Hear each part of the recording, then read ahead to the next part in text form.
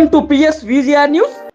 ఆంధ్రప్రదేశ్ రాష్ట్ర AIDS control society ఆదేశాల మేరకు జిల్లా వైద్య ఆరోగ్య శాఖ, జిల్లా ఎయిడ్స్ నివారణ మరియు నియంత్రణ విభాగ సహకారంతో నవజీవన్ ఆర్గనైజేషన్ సిసిటిఐ ప్రాజెక్ట్ సంస్థ ఆధ్వర్యంలో మీకు తెలుసా కార్యక్రమం ద్వారా హెచ్ఐవి ఎయిడ్స్ పై అవగాహన సదస్సును వెంకటగిరిలోని Vaishnavi college of arts and science degree కాలేజీ నందు నిర్వహించడం జరిగింది. ఈ కార్యక్రమంలో భాగంగా హెచ్ఐవి ఎయిడ్స్ వ్యాప్తి కారకాలు ఎలా వ్యాపించదు, హెచ్ఐవి ఎయిడ్స్ లక్షణాలు, అవి రాకుండా ఎటువంటి జాగ్రత్తలు తీసుకోవాలి, హెచ్ఐవి ఎయిడ్స్ వ్యాధిగ్రస్తుల పట్ల వివక్షత, చిన్న చూపు లేకుండా ఎలాగా సమాజంలో కలిసి జీవించాలి, హెచ్ఐవి ఎయిడ్స్ క్షయవ్యాధి సంబంధం గురించి, సుఖవ్యాధులు మరియు చికిత్స గురించి, కండోమ్స్ యొక్క ఉపయోగం గురించి, హెచ్ఐవి ఎయిడ్స్ యాక్ట్ 2017 ఏఆర్టీ మందులు, APS ASC app toll free number 1097 గురించి మీ యువత ద్వారా కూడా తెలియని వాళ్లకు తెలియజేయమని అవగాహన కార్యక్రమం నిర్వహించడం జరిగింది. ఈ కార్యక్రమంలో కాలేజీ లెక్చరర్స్ అయిన O Ratnaiah, P Suresh, B Anusha, P Vijay, CHLT B Sujatha Kumari, Navajeevan సంస్థ project manager K Balaji, ORWA Kavitha, PE K Kalpana, G Sirisha, M Nalini మరియు 70 మంది విద్యార్థులు పాల్గొనడం జరిగింది.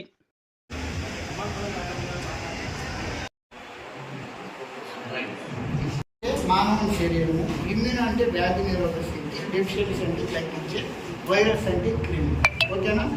ఎలా వస్తుంది అని అంటే 4 మార్గాలు గుండా మాత్రమే రాగలుగుతాయి.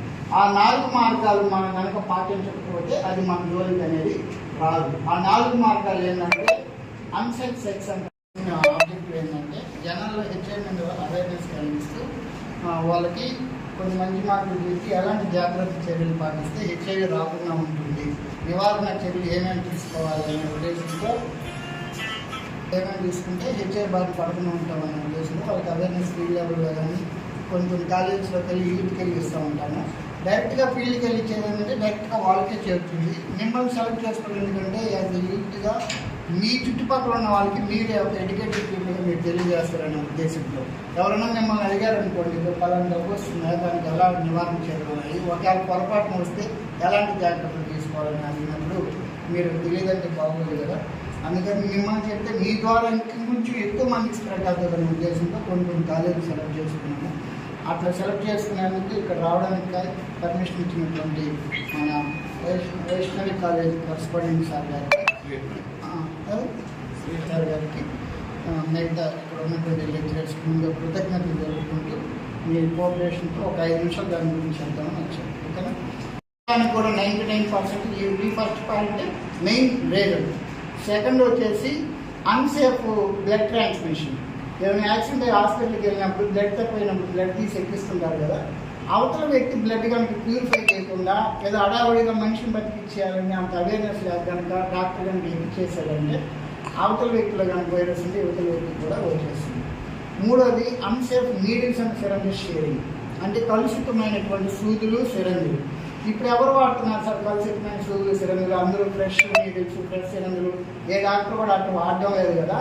మరి ఇది ఎట్లా వస్తుంది? ఈ కారకాల్లో 3వ పాయింట్ ఇది ఎలా వచ్చింది అని అంటే, కొంతమంది మత్తుకి బానిస అయినటువంటి యూత్ని చూస్తుంటారా, డ్రగ్స్ వాడుతుంటారు.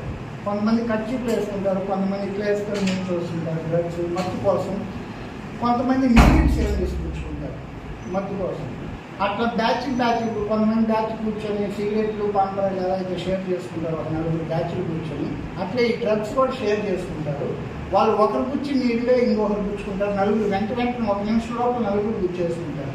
ఆ 4లో ఒకటి ఉన్నా కానీ ఆ నీళ్ళు కూర్చున్నప్పుడు బ్లడ్ దాన్ని పడుతుంది కదా, వితిన్ సెకండ్ ఇంకొకరు కూర్చుకున్నప్పుడు అక్కడ బ్లడ్ అనేది ట్రాన్స్మిట్ అయింది కదా. సో ఈ రీజన్ వల్ల కూడా హెచ్ఐవి బారిన పడే అవకాశం ఉంటుంది.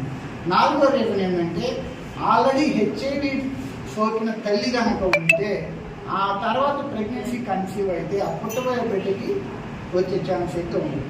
ఈ 4వ దానికి మటుకు ఆ పుట్టబోయే బిడ్డ ఏ తప్పు చేయలేదు కాబట్టి ఆ బిడ్డను మటుకు హెచ్ఐవి బారిన పడకుండా మనకి ఎవాప్రిన్ అనే ఒక థెరపీ ఉంది, వాళ్ళకి సిరప్ లాగా ఇస్తారు.